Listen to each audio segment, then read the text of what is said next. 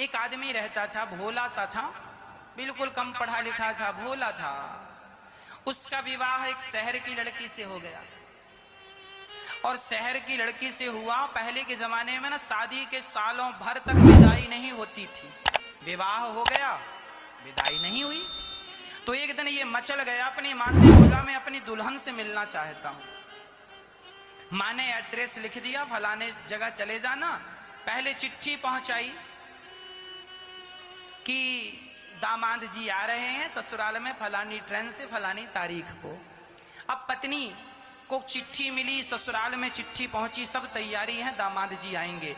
अब माँ तैयार कर रही है अपने बेटे को, ससुराल जा रहा है, सुन ज्यादा बोलना मत, ज्यादा बोलेगा तो लोग समझेंगे बहुत मूर्ख आदमी है, इसलिए कम बोलना।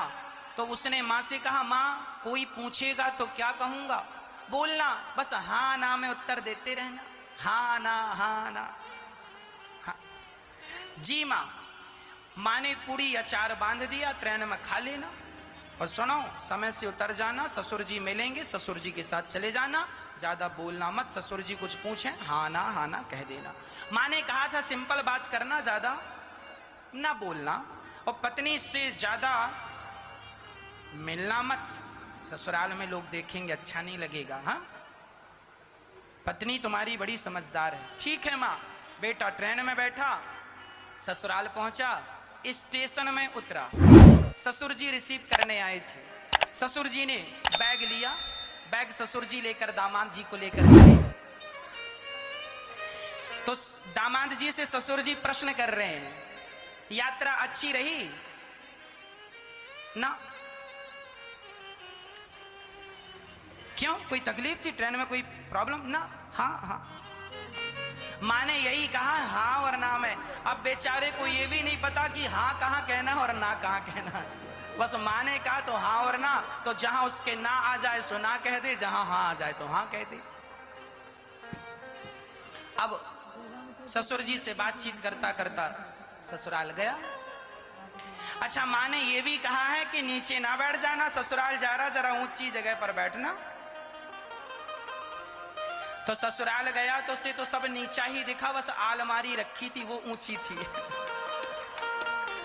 तो वो आलमारी, माँ ने कहा था सबसे ऊपर बैठना, तो आलमारी में जाके बैठा ऊपर।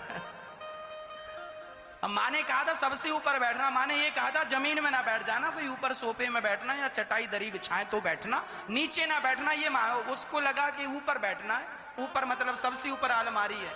बेचारा चढ़ा, जैसे तैसे जितने सोफे रखे थे यहाँ के ऊपर स्टूल रखा और चढ़ा जैसे तैसे आलमारी के ऊपर जाके बैठा। जी कहा, जिया जी ने आवाज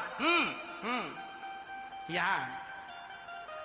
अरे जिया जी वहां ऊपर क्या बड़े मजाक किया हुआ? बोले हाँ हाँ हाँ, नीचे नहीं उतरना ना ना। अब वो हाँ और ना से ज्यादा कुछ बोले ना, माँ ने कहा ज्यादा मत बोलना। साली ने कहा हाथ मुंह धुल लीजिए, भोजन तैयार है। हाँ हाँ हाँ। उसने उतर के हाथ मुंह धुला, भोजन में बैठा था। अब वो ठहरा गांव का, और शहर में विवाह था। अब गांव की पूड़ियां और शहर की पूड़ियां दोनों अलग अलग होती हैं। शहर में लोग छोटी छोटी पूड़ी बनाते हैं, गांव में बड़ी बड़ी पूड़ी बनाते हैं, आपने देखा? अब वो बेचारा बड़ी बड़ी पूड़ी खाने वाला, अब उसकी पत्नी थाली लगाई और थाली लगा के परोसने लगी।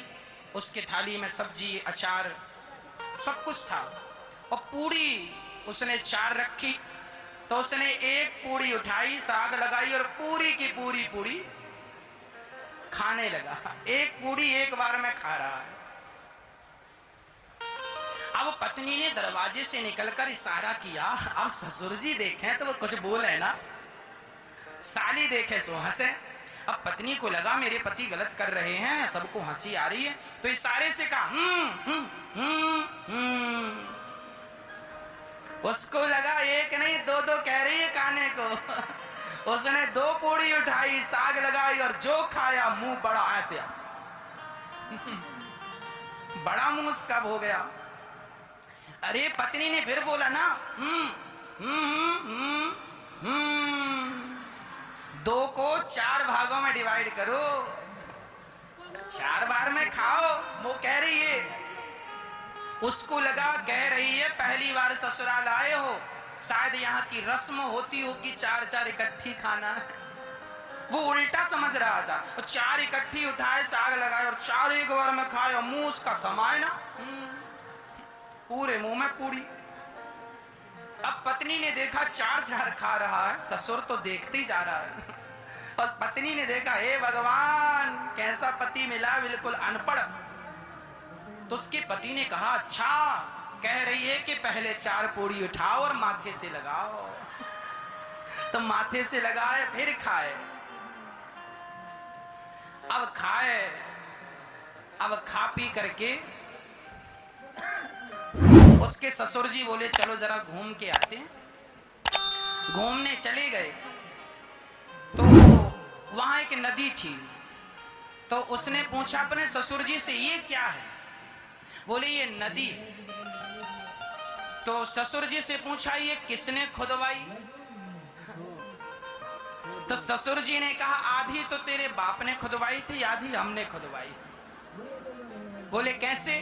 बोले हमने आधी ऐसे खुदवाई कि हमने अपनी बेटी तेरे से ब्याही, और आधी तेरे बाप ने कि तेरे बाप ने तुझ जैसा बेटा पैदा किया, दोनों ने मिलकर खुदवाई है। तो हंसने के लिए कोई भी बहाना हो अच्छा है। कुल मिला के हमें हंसते रहना चाहिए, हंसने के बहाने हमें नहीं